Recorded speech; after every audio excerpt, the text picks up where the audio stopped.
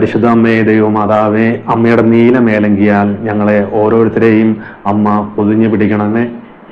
ഈ കാലഘട്ടത്തിലുണ്ടാകുന്ന പ്രലോഭനങ്ങളെയും പൈശാചിക ആക്രമണങ്ങളെയും തകർക്കുവാനുള്ള ശക്തിയും കൃപയും അഭിഷേകവും വിശുദ്ധിയും ഞങ്ങൾക്ക് ഓരോരുത്തർക്കും ലഭിക്കുന്നതിന് വേണ്ടി അമ്മ തിരുക്കുമാരനോട് നിരന്തരം ഞങ്ങൾക്ക് വേണ്ടി മധ്യസ്ഥം വഹിച്ച് പ്രാർത്ഥിക്കണമേ. പ്രിയപ്പെട്ടവർ, ഈ കഴിഞ്ഞ ദിവസം ഒരു ധ്യാനത്തിന് പങ്കെടുക്കുവാൻ വേണ്ടി പോയപ്പോൾ ധ്യാനത്തിന്റെ രണ്ടാമത്തെ ദിവസം കൗൺസിലിംഗ് ശുശ്രൂഷ നടന്നുകൊണ്ടിരിക്കുകയാണ്. അപ്പോൾ എനിക്ക് വേണ്ടി പ്രാർത്ഥിച്ച ആ ശുശ്രൂഷകൻ എന്നോട് പറഞ്ഞു, നിങ്ങളുടെ ഉള്ളില് ഭക്ഷണത്തിലൂടെ കൈവശം കടന്നു വന്നിട്ടുണ്ട് എന്നിങ്ങനെ പറഞ്ഞു. അപ്പോൾ ഞാനിത് കേട്ടപ്പോൾ ഈ വ്യക്തിയോട് പറഞ്ഞു, എനിക്കതിൽ സന്തോഷമേ ഉള്ളൂ എന്നിങ്ങനെ പറഞ്ഞു. അപ്പോൾ ആ ശുശ്രൂഷകനോട് ഞാനെന്താ അങ്ങനെ പറഞ്ഞത് എന്ന് ചോദിച്ചപ്പോൾ ഞാൻ പറഞ്ഞു, ഞാനൊരിക്കലും ഈ കൈവശത്തിൽ വിശ്വസിക്കുന്ന ഒരാളല്ല, എനിക്ക് ഇതിൽ വിശ്വാസമില്ല എന്നിങ്ങനെ പറഞ്ഞു. അപ്പോൾ ആ വ്യക്തി എന്നോട് ചോദിച്ചു, അതെന്താ അങ്ങനെ പറയാൻ കാരണം എന്ത് എന്ന് ചോദിച്ചപ്പോൾ ഞാൻ പറഞ്ഞു, നമ്മുടെ ഉള്ളിൽ വസിക്കുന്ന ത്രിത്വൈക ദൈവം, മാമോദീസായിലൂടെ നമ്മുടെ ഉള്ളിലേക്ക് കടന്നു വന്നിരിക്കുന്ന ത്രിത്വൈക ദൈവം യോഹന്നാന്റെ സുവിശേഷം 14-ാം അധ്യായം 16-ാം വാക്യത്തില് നമ്മൾ വായിക്കുന്നുണ്ട്, ഞാൻ പിതാവിനോട് അപേക്ഷിക്കുകയും എന്നേക്കും നിങ്ങളോട് കൂടെ ആയിരിക്കുവാൻ മറ്റൊരു സഹായകനെ ഞാൻ നിങ്ങൾക്ക് തരികയും ചെയ്യുമെന്ന്. പ്രിയപ്പെട്ടവരെ, മാമോദീസായിലൂടെ നമ്മുടെ ഉള്ളിലേക്ക് കടന്നുകൊണ്ട് ദൈവത്തിന്റെ പരിശുദ്ധാത്മാവ് നിത്യവും നമ്മുടെ കൂടെ വസിക്കുന്ന പരിശുദ്ധാത്മാവാണ്. നമുക്കറിയാം, പഴയ നിയമത്തിലൊക്കെ ഈ പ്രവാചകന്മാരിൽ നിന്നും പാപം ചെയ്തു കഴിയുമ്പോൾ പരിശുദ്ധാത്മാവ് നഷ്ടപ്പെടുന്നതായിട്ട്, സാംസന്റെയൊക്കെ ന്യായാധിപന്മാരുടെ പുസ്തകം വായിക്കുമ്പോൾ നമുക്കറിയാം പരിശുദ്ധാത്മാവ് നഷ്ടപ്പെട്ടു പോകുന്നു.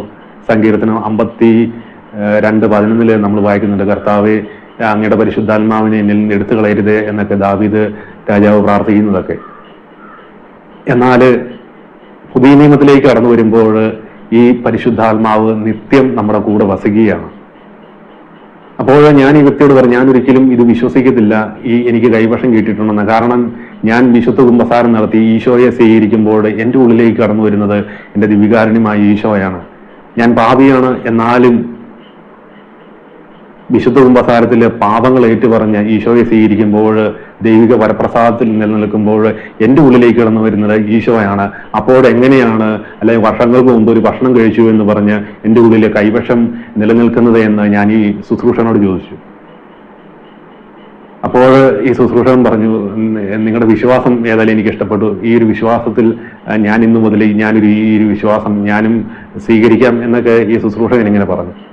പ്രിയപ്പെട്ടവരെ, ഒരിക്കൽ ഒരു കുടുംബത്തിന് വേണ്ടി പ്രാർത്ഥിക്കുവാൻ കർത്താവ് ഇടവരുത്തിയപ്പോൾ ആ കുടുംബത്തില് മാനസികമായിട്ട് ഒരു തകർച്ചയിലൂടെ മക്കളൊക്കെ കടന്നു പോകുന്നു, വല്ലാത്തൊരു പ്രതിസന്ധിയിലൂടെയാണ് കടന്നു പോകുന്നത്. അപ്പോൾ ഇവരോടും പലരും പറഞ്ഞിട്ടുണ്ട്, നിങ്ങളുടെ മക്കളുടെയൊക്കെ ജീവിതത്തിലേക്ക് ഇങ്ങനെ പ്രതിസന്ധി വരുവാൻ കാരണം ആരോ കൈവശം കൊടുത്തിട്ടാണ് എന്നിങ്ങനെ പറഞ്ഞു. പ്രിയപ്പെട്ടവരെ, ഈ കുടുംബത്തിന് വേണ്ടി പ്രാർത്ഥിച്ചപ്പോൾ പരിശുദ്ധാത്മാവ് വെളിപ്പെടുത്തിയൊരു കാര്യമാണ്, ഇവരുടെ അമ്മ പ്രായമായിട്ടാണ് മരിച്ചുപോയത്. അമ്മ മേലാഴികയായിട്ട് കിടക്കുമ്പോൾ ഈ അമ്മയെ പരിചരിക്കാതെ, ഭക്ഷണം കൊടുക്കാതെ, അമ്മയുടെ ശരീരമെല്ലാം പുറമെല്ലാം പൊട്ടി വ്രണമായിട്ട് വല്ലാത്തൊരവസ്ഥയിലൂടെയാണ് ഈ അമ്മ കണ്ണുനീര് ആ കുടുംബത്തിൽ വീഴിച്ചുകൊണ്ടാണ് ആ അമ്മ മരിച്ചു പോകുന്നത്. പ്രിയപ്പെട്ടവരെ, ഈ അമ്മയുടെ കണ്ണുനീര് ആ കുടുംബത്തിൽ കിടക്കുമ്പോൾ ആ കുടുംബം എങ്ങനെ ഒരു ദൈവാനുഗ്രഹത്തിലേക്ക് പ്രാപിക്കുവാൻ സാധിക്കും? അത് ഇവരുടെ മക്കളിലേക്ക് കടന്നു വന്നു. ഈ മക്കള് വല്ലാത്തൊരു മാനസികമായിട്ടുള്ള ഒരു തകർച്ചയിലൂടെയാണ് ഈ മക്കളെല്ലാം കടന്നു പോയിക്കൊണ്ടിരിക്കുന്നത്. പ്രിയപ്പെട്ടവരെ, ഇവർക്ക് വേണ്ടി പ്രാർത്ഥിച്ചു, ഇവർക്ക് അനുദപിക്കാൻ ഇവർ തയ്യാറായി. ഇവർ പറഞ്ഞു, ഞങ്ങൾക്ക് തെറ്റുപറ്റി. ഇവർ കുമ്പസാരത്തിൽ ഏറ്റു പറഞ്ഞു, ഈ അമ്മച്ചയ്ക്ക് വേണ്ടി കുർബാന ചൊല്ലിക്ക് പ്രാർത്ഥിക്കുവാൻ തുടങ്ങി, ജപമാല ചൊല്ലി പ്രാർത്ഥിക്കാനൊക്കെ തുടങ്ങി. അതിനുശേഷം ഈ കുടുംബത്തിലേക്ക് വലിയ ദൈവാനുഗ്രഹങ്ങൾ കടന്നു വരുവാൻ തുടങ്ങി. പ്രിയപ്പെട്ടവരെ, ഇതുപോലെ പല തകർച്ചയിലൂടെ, അല്ലെങ്കിൽ കുഞ്ഞുനാൾ സ്കൂളിൽ പഠിച്ചുകൊണ്ടിരിക്കുന്ന സമയത്ത് പഠിക്കാൻ പറ്റാതെ വരുമ്പോൾ ചിലർ പറയും അത് കൈവശം ഉള്ളിൽ കിട്ടിയതുകൊണ്ടാണ്, അല്ലെങ്കിൽ ജോലി ഒരു മേഖലയിൽ തടസ്സം വരുമ്പോൾ പറയും അത് കൈവശം ഉള്ളിൽ കിട്ടിയതുകൊണ്ടാണ്, വിവാഹ തടസ്സം കടന്നു വരുമ്പോൾ പറയും അത് കൈവശം ഉള്ളിൽ കിട്ടിയതുകൊണ്ടാണ് എന്നൊക്കെ ഇങ്ങനെ പല ശുശ്രൂഷകരും പറയാറുണ്ട്.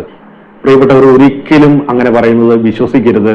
നമ്മുടെ ജീവിതത്തിലേക്ക്, നമ്മുടെ കുടുംബത്തിലേക്ക് തകർച്ചകൾ, പ്രതിസന്ധികൾ കടന്നു വരുന്നുണ്ടെങ്കിൽ നിങ്ങൾ 1 തൊട്ട് 10 വരെയുള്ള പ്രമാണങ്ങൾ നമ്മളൊന്ന് ധ്യാനിച്ച്, ഞാനും എൻ്റെ ദൈവവും തമ്മിൽ എവിടെയാണ് ഒരു അകൽച്ച എൻ്റെ ജീവിതത്തിലേക്ക് കടന്നു വന്നിരിക്കുന്നത് എന്ന് മനസ്സിലാക്കി നമ്മൾ കുംഭസാരത്തിലെ പാവങ്ങൾ ഏറ്റുപറഞ്ഞ് ദിവികാരനെ ഈശോയെ സ്വീകരിക്കുമ്പോൾ നമ്മുടെ ജീവിതത്തിലേക്ക് ദൈവാനുഗ്രഹങ്ങൾ കടന്നു വരും.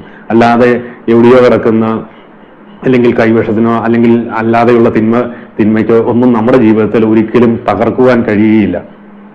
പ്രിയപ്പെട്ടവരെ, ഇതുപോലെ നിരാശയിലൂടെ അല്ലെങ്കിൽ പലരും പറഞ്ഞു കേട്ടിട്ടുണ്ട് കൈവശ ഉള്ളിൽ വന്നുകൊണ്ടാണ് ഇങ്ങനെയൊക്കെ കുടുംബത്തിലെ അല്ലെ വ്യക്തി ജീവിതത്തിലൊക്കെ തകർച്ചകൾ കടന്നു വരുന്നത് എന്ന് ആരെങ്കിലും പറഞ്ഞു കേട്ടിട്ടുണ്ടെങ്കിൽ നിങ്ങൾ ഒരിക്കലും അത് വിശ്വസിക്കരുത്. കാരണം നമ്മുടെ ഉള്ളിലുള്ളവൻ ലോകത്തിലുള്ളവനെ കഴിഞ്ഞും വലിയവനാണ്.